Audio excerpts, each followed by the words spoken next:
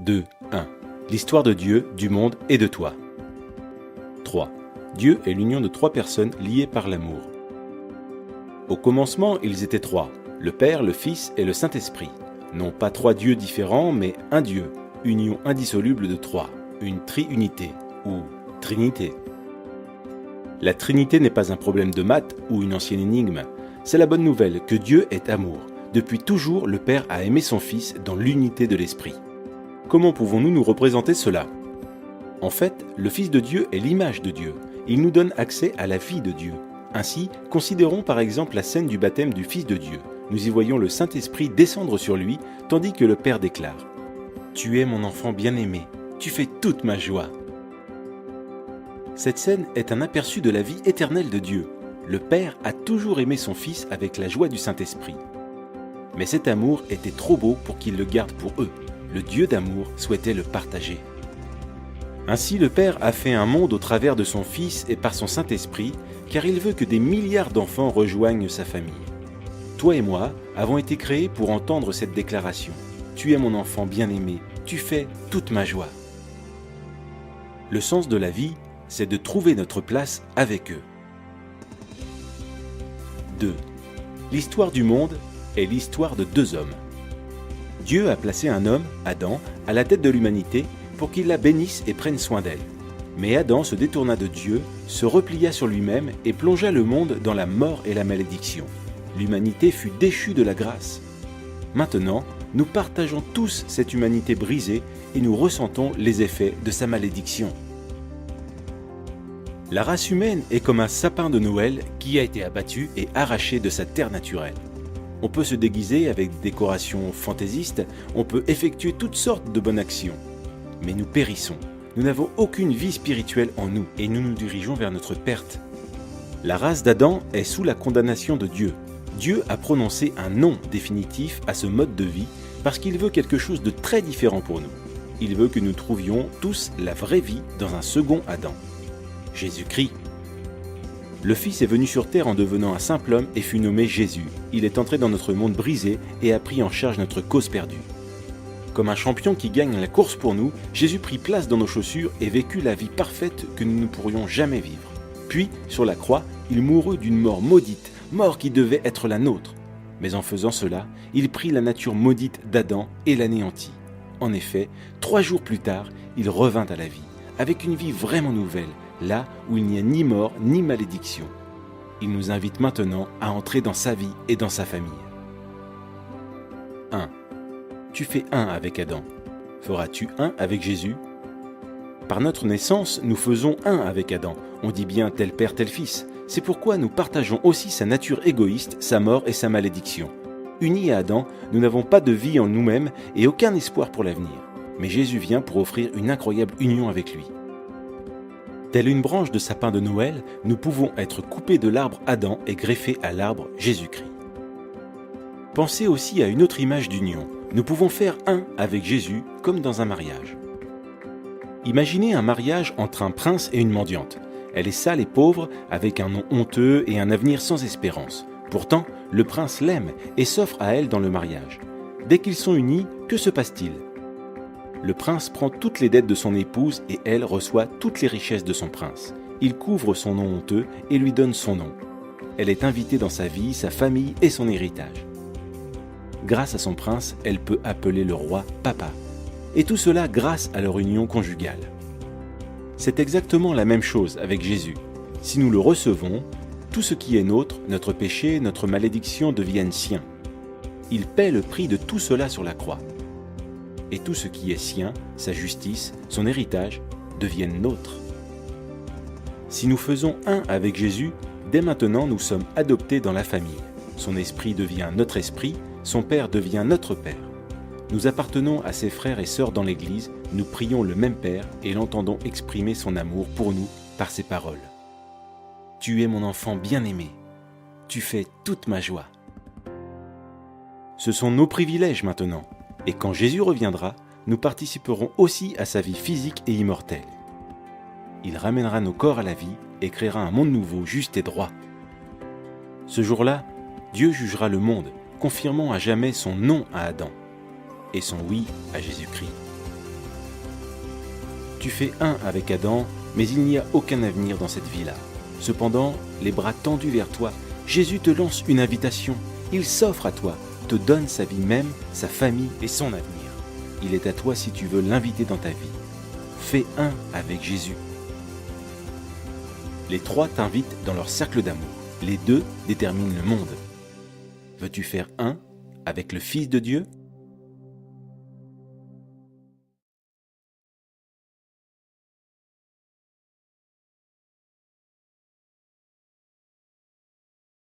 There's 7 of us, dad Muslim, mom Christian, so I grew up in that kind of dynamic. During my years at San Diego State, and I remember, having arguments as a Muslim. I claim to be a Muslim. Having arguments with all the Christians on the team. A lot of guys couldn't answer my question. They'll say they'd get back to me. I was searching for truth. I was searching for something greater than what I was experiencing.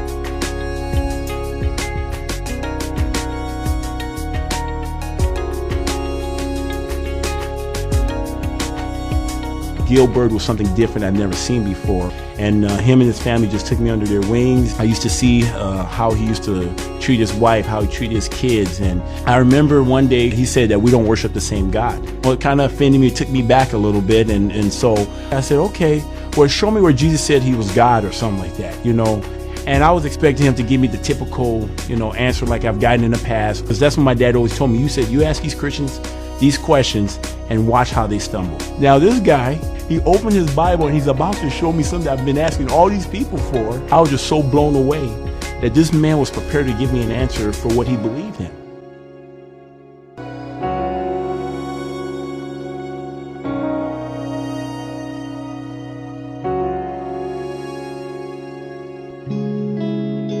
So I went home and I decided to get the Bible for myself because all my argument was always what my dad taught me. I remember getting on my knees. I didn't know which God I was praying to, but I wanted to pray to the God who created me. That says, God, whoever created Muhammad Kabir Oluwari Wajuba Jabir Miller. And I said my whole name to make sure we got it right. And I said, as I read this Bible, help me to find the contradiction so I can show these Christians where they're in error.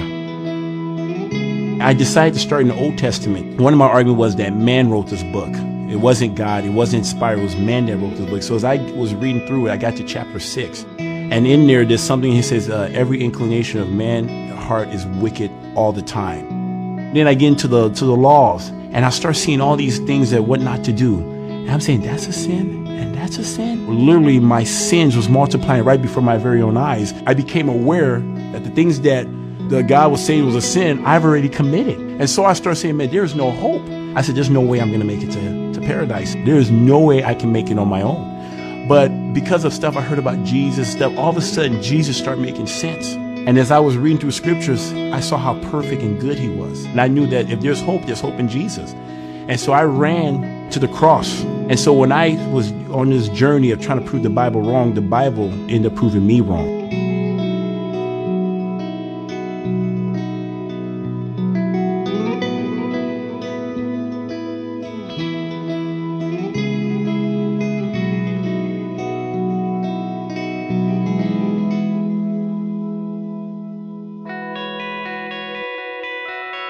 I needed the Old Testament, the laws, to see that, man, if I compare myself to that standard, I'll fall short. But it's because of his promise through his son, Jesus Christ, and his blood, that's why I get to go to heaven. So if I'm going to be doing any bragging, I'm going to be bragging about your son and what your son did for me. And all the good stuff I've done is because of what you did for me.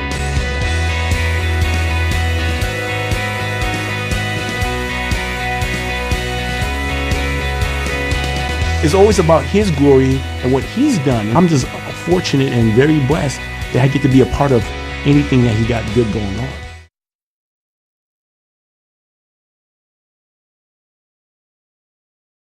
J'ai joué avec la secte d'Abidjan et on a eu des soucis par la suite parce que j'ai rencontré Jésus-Christ, puisque avec le foot pour pouvoir jouer à la secte d'Abidjan, il fallait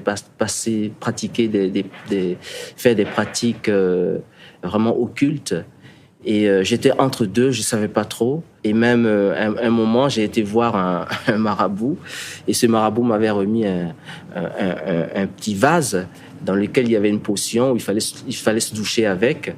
Et donc, j'ai arrêté et j'ai vraiment donné ma vie à Jésus, mon épouse et moi, c'est qu'elle est devenue mon épouse. On s'est fait baptiser et ça a été comme le jour et la nuit. Au niveau du club, ils ont dit, voilà, vu que maintenant tu veux plus participer au rituel qu'on fait avant les matchs, on t'exclut du club. Tu ne joueras plus avec nous. Et donc, je me suis retrouvé sans salaire. J'étais là, je comprenais rien. Je disais, mais Seigneur. Quelques semaines après, le président du club m'appelle, il me dit, est-ce que tu veux aller en France? J'ai dit, mais comment? Moi, oui, je veux bien retourner en France. Mais pour l'instant, j'ai pas de contact. Il me dit, si, il y en a un. Il y a le SCO d'Angers qui a appelé, qui cherchait un attaquant. Et je lui ai proposé plusieurs attaquants qui jouaient. J'ai dit, toi, tu joues pas. Et il a insisté à t'avoir. Est-ce que ça t'intéresse? J'étais surpris. J'ai dit, moi qui joue pas depuis des semaines, on veut que je retourne. Oui, je dirais que c'est, comme je l'ai dit tout à l'heure, c'est comme le jour et la nuit. Parce que avant, quand je faisais ces choses, ces rituels, je me sentais mal, j'étais angoissé de l'avenir et toute la peur, la crainte et tout ça, ça a disparu. Et donc, je me suis dit, mais voilà ce que je cherchais, c'est de cet amour-là que je voulais. Il n'y a pas mieux que Jésus. Hein. On peut aller sur la lune, aller faire des pèlerinages à gauche, à droite. On ne trouvera rien. C'est Jésus. Quels que soient les moments difficiles qu'on peut passer, si on s'appuie sur Jésus, il nous aide.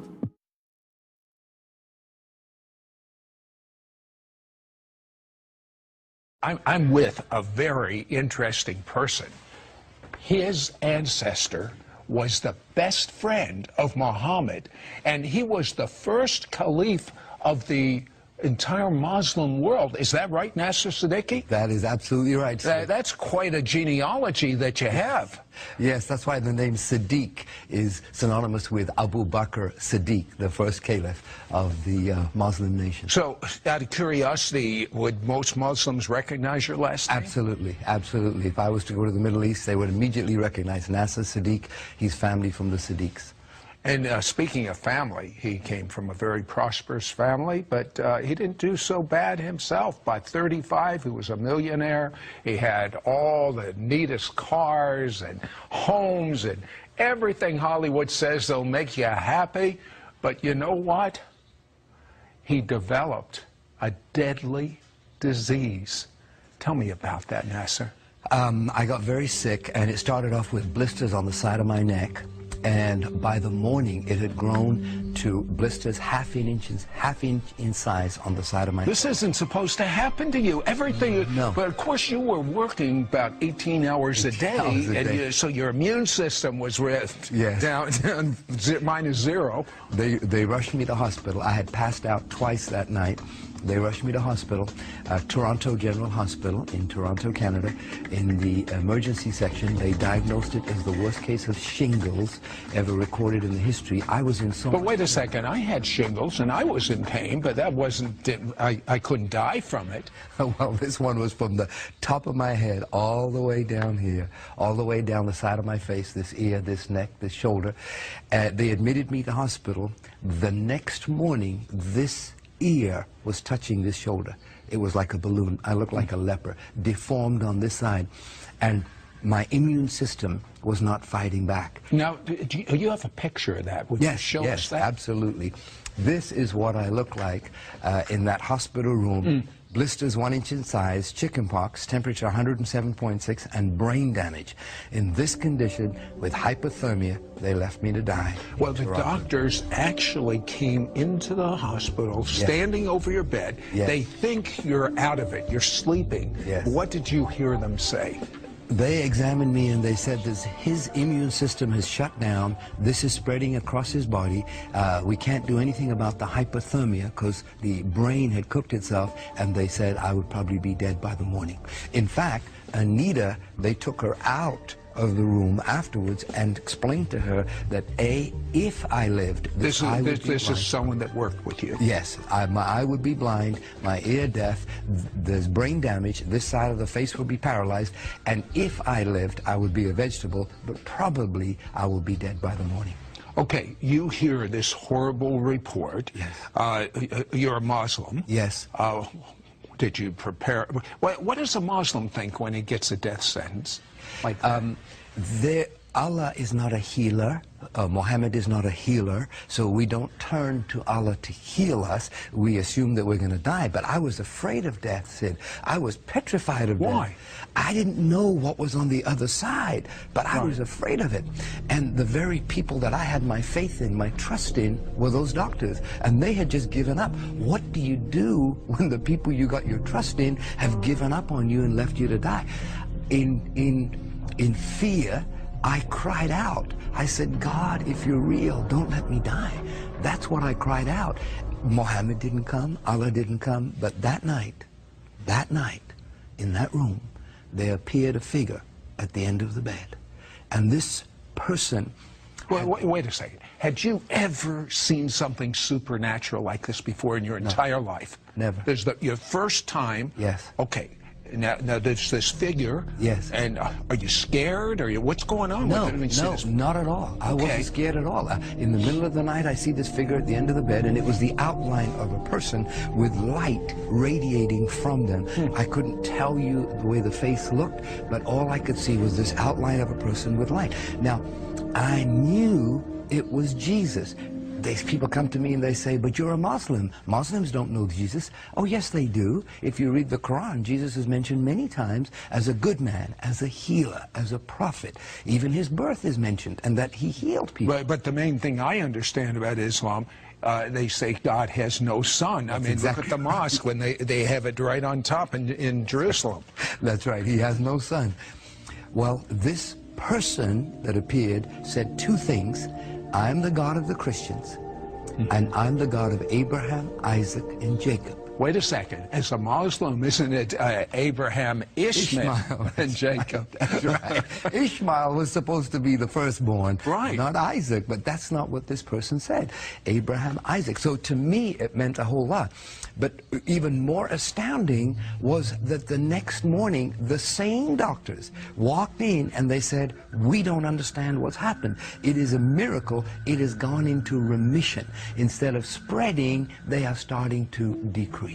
Now, when they said that to you, what did you think? I said, look, I don't know what to tell you, but there was a person. You I told them? Oh, they're going to put you in a mental ward. I told them there was Jesus here and he healed me. And A Muslim saying that, they're going to put him away. They didn't believe me. And that became a test case in the city of Toronto. Why is this man alive? In fact, they said it's gone into remission so much, you can go home now. And I said, no, I don't want to go home. That was my security. That little room was my security. You wanted that man to come back. Yes, absolutely. They released me the next day. Now, the problem was that even though it had gone into remission, my head still looked deformed. Right. And so when I would walk down the street, people would cross over the other side. They didn't know what was wrong with me. But what did you do with this man saying, I am the God of Abraham, Isaac, and Jacob? Well, Isaac! I know. Yes, sir. It's like, wait a minute, this doesn't make any sense. Is this Jesus that appeared in my room, is he a prophet, the way the Muslims had taught me all my life, or is he the Son of God? Hold that thought. Let's find out how God supernaturally shows Nasser that he's the Son of God. Jesus is the Son of God. It's the God of Abraham, Isaac, and Jacob.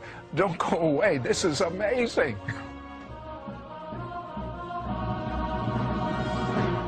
We'll be right back to It's Supernatural. Hello, Sid Roth here with Nasser Siddiqui, and Nasser is a Muslim. He is literally dying, the worst case of shingles the hospital had ever seen, and a man comes in, he just intuitively knows that it's Jesus, and he's emanating such love, such light, that healing begins to start in Nasser's body. The doctors don't understand it. They release him. He wasn't completely healed, but he went from no hope to being able to leave the hospital. But he had a problem because this man that visited him, Jesus, said, I am the God of Abraham, Isaac, and Jacob. And if he knew one thing, he knew God has no son. But that's what he said. Exactly so what did you do about that? I had that burning question. Is Jesus really the Son of God? And I got home that day, the day I was released from the hospital. The next morning, I wake up at 6 o'clock. I don't know why I woke up at 6, turned on the television. There were two men, just like here, talking about that very question. And on the screen, it says, is Jesus the Son of God? My goodness. Coincidence? I don't think so. That was the very question that was in my heart. And they're talking back and forth. And they were talking about how God sent his Son to die on the cross for our sins because of his love for us. Now, as a Muslim, what did this mean to you? It's so strange. Well, as a Muslim, I was taught all my life that to know that you're going to heaven, your good works have to exceed your bad works. And it's only through works. The only exception of that in Islam is called jihad. Jihad is when you die for your cause. You die for your God. And here I'm hearing these two men talk about not dying for your God, but your God dying for you. I'd never experienced that kind of love in my life. And I said, could this be true? Could it be true that God, the Father, sent Jesus, the Son, to pay the price for my sins, for everything that I've done wrong? This was all new to me, but it was exciting. And these men were talking back and forth that yes, Jesus is the Son of God, and yes, it is documented that he walked the earth, and it is documented that he healed, and it is documented that he died on the cross and paid the price for the sins of all men. So what happened with this horrific disease that you had? Well, that day when that program finished, I got on my knees. They led me in a prayer. I asked Jesus to be the Lord of my life. I found a photograph of the way I used to look, and I started praying to this Jesus. Can you make me look like this again? I had looked 75 years old. I had my whole face is aged. 5 days later, I woke up at 5 o'clock in the morning. The doctor said, don't scratch the blisters, they're contagious. But I saw some on my pillow, so I must have scratched them in the middle of the night. I got out of bed, stood under the shower, said for an hour and a half, every single blister from the top of my head, my face, my ear, my neck, my shoulder, fell. And the skin was red like raw meat. And the doctor said I would have white blotches. But as you can see, there's no blotches.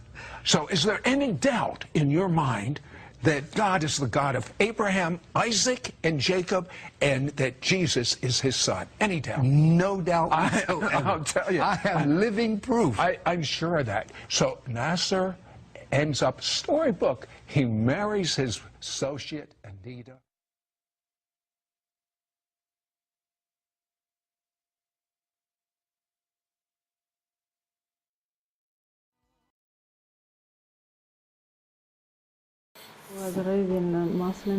J'ai grandi dans une famille musulmane. Ma mère est très religieuse. Elle a eu 6 enfants. Elle nous a conduits dans le chemin de l'islam. Nous allons dans l'école coranique. J'aimais vraiment cela, j'aimais Allah. C'était mon Dieu. J'aimais Allah. J'étais coupable lorsque j'essayais de faire du bien et je n'arrivais pas. J'ai fait tellement d'erreurs. Tellement d'erreurs. Tout le temps, je me sentais coupable. J'ai mémorisé le Coran. J'ai utilisé cela durant ma prière. Mais c'était mes affaires. Mais quand je finissais, j'ai commencé à parler avec Allah. J'ai commencé à parler, lui dire merci pour ma vie, lui dire mes problèmes. C'était le bon moment pour moi, ou le meilleur moment pour moi. J'avais cette question dans mon cœur. Pourquoi cette différence? Pourquoi les musulmans? Pourquoi les chrétiens? Pourquoi les autres? Et pourtant, il y a un seul Dieu. Un jour, j'allais à la maison, je suis allé à l'église, je les entendais chanter. Et je suis entré à l'intérieur. J'aimais ce qu'ils chantaient. Je ne savais rien sur le Saint-Esprit, mais ils chantaient concernant le Saint-Esprit et l'effet de Dieu. J'aimais beaucoup cette chanson. Ils ont essayé de me convaincre. Je les ai dit non, j'ai juste envie d'être avec les croyants. J'ai continué avec eux pendant plusieurs mois, chantant plusieurs nouvelles chansons sur le Saint-Esprit, mais j'ai continué mes prières musulmanes. Mais c'était comme un doute, j'avais la peur de l'enfer. Il y avait beaucoup de peur dans mon cœur, il y avait beaucoup de craintes. J'avais beaucoup de peur. Même quand il était le matin, j'avais la peur du lendemain, la peur de la mort. Mais j'ai continué à faire mes affaires, de prier, jusqu'un jour, une collègue est arrivée. J'ai rencontré cette femme chrétienne. J'ai observé cette femme. Je savais dans mon cœur qu'elle a quelque chose que moi j'ai pas. Elle était tellement pleine d'amour, tout le temps plein d'amour et d'attention. C'est cela qui m'a attiré. Elle m'a posé la question si je connaissais Jésus. J'ai dit oui, non, je ne le connais pas, mais je sais juste que c'est un prophète. Pour nous les musulmans, c'est un prophète. Elle a dit qu'il est plus qu'un prophète. Il est plus que ça. C'est le Fils de Dieu. J'ai dit non, je ne peux pas accepter cela. Elle n'a rien dit d'autre. Mais 2 jours plus tard, elle est venue avec une bande. Elle m'a posé la question, est-ce que tu veux écouter ceci? Je dis oui, bien sûr. J'ai pris la bande, je suis parti à la maison et j'ai commencé à écouter la bande. C'était le témoignage d'un homme qui était musulman et comment il cherchait Dieu, comment être sauvé.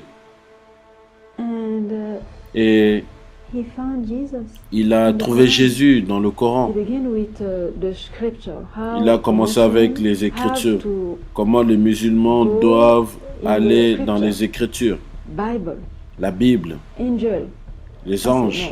J'ai dit non, ça c'est pas dans le Coran. Parce que j'ai le Coran. J'ai arrêté la bande. J'ai pris mon Coran. Parce qu'il donnait des sourates. J'ai trouvé ça dans le Coran, j'étais tellement confus. J'étais tellement confus. J'ai continué à écouter. Il a dit dans une autre sourate que les anges ont été donnés à Jésus parce qu'il est le chemin, la lumière pour tous les croyants. Je me suis dit non, ça c'est pas dans le Coran. J'ai arrêté encore une fois. Et j'ai trouvé encore dans le Coran. J'allais de plus en plus dans la confusion. Je n'arrivais pas à y croire. Je voulais arrêter d'écouter, mais quelque chose en moi, peut-être c'est la curiosité, j'ai continué d'écouter.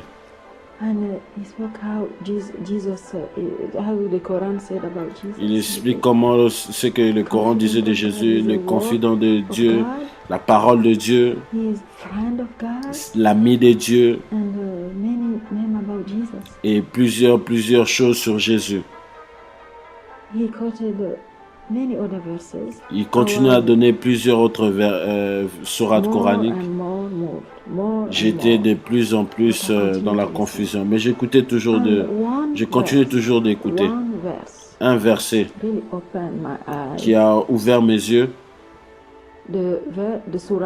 La sourate commence.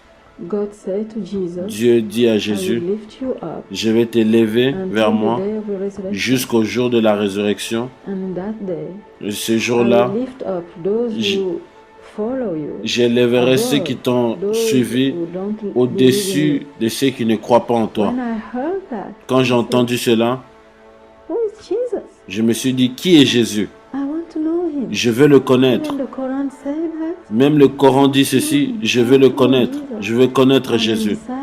Et j'ai décidé en ce moment, je connaissais rien sur lui, mais j'avais décidé de le chercher et de le suivre. Et je suis retourné vers cette femme chrétienne juste après cela. Je lui ai dit, je vais aller dans ton église. Je vais connaître Jésus. Je vais lire la Bible. J'ai commencé avec l'évangile de Jean. J'ai commencé à lire l'évangile. J'avais jamais lu cela avant dans ma vie. Toute chose que je lisais, je croyais en cela. C'était comme, c'est comme si c'est la chose que j'ai cherchée durant toute ma vie. Et quand j'ai lu que Jésus est mort pour mes péchés,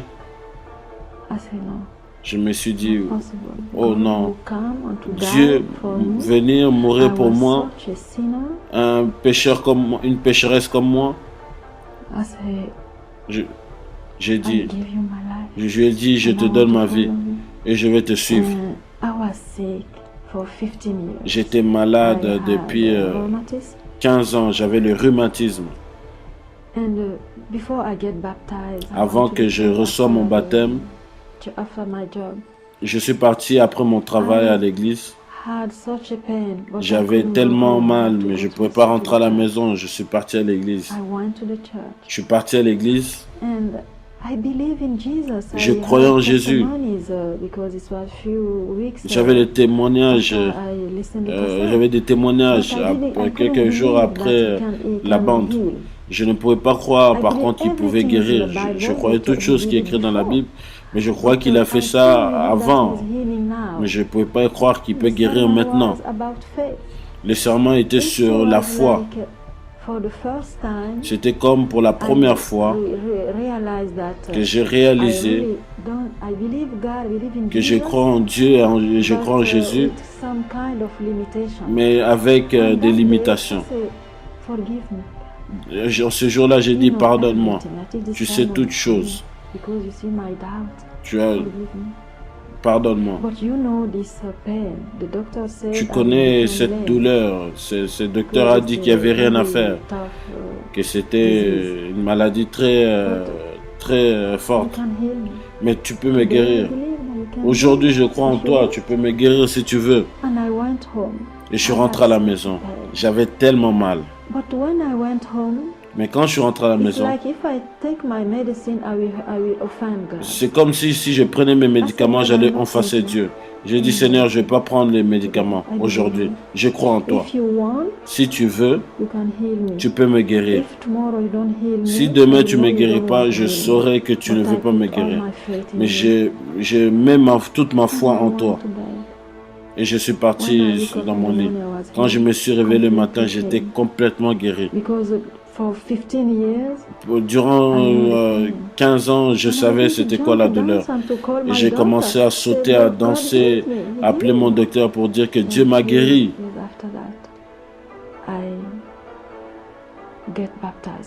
J'ai eu mon baptême. J'étais tellement effrayé à savoir la mort sur plusieurs choses. Il a pris toutes ces choses. Il a enlevé toutes ces choses. Et quand j'ai lu qu'il est la résurrection et la vie, ceux qui le suivent, même s'ils sont morts, ils vivent. Je dis, maintenant je n'ai plus peur, maintenant. Pas de la mort, parce que je serai avec Jésus, je serai avec Dieu. Dans mon cœur, je savais de marcher. Dans mon cœur, je savais que je voulais marcher avec Jésus. Parce qu'il a donné sa vie pour moi. Il est venu des cieux pour que moi je puisse voir Dieu, pour que je puisse être pardonné et vivre avec lui pour toujours. Je dis, je te donne toutes choses. Toutes choses.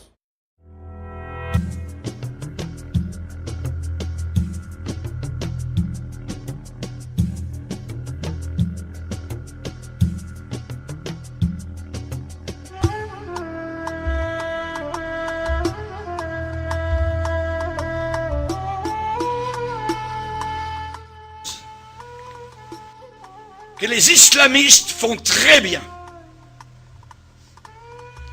Actuellement, les chrétiens d'Égypte bénissent le Seigneur pour l'État islamiste.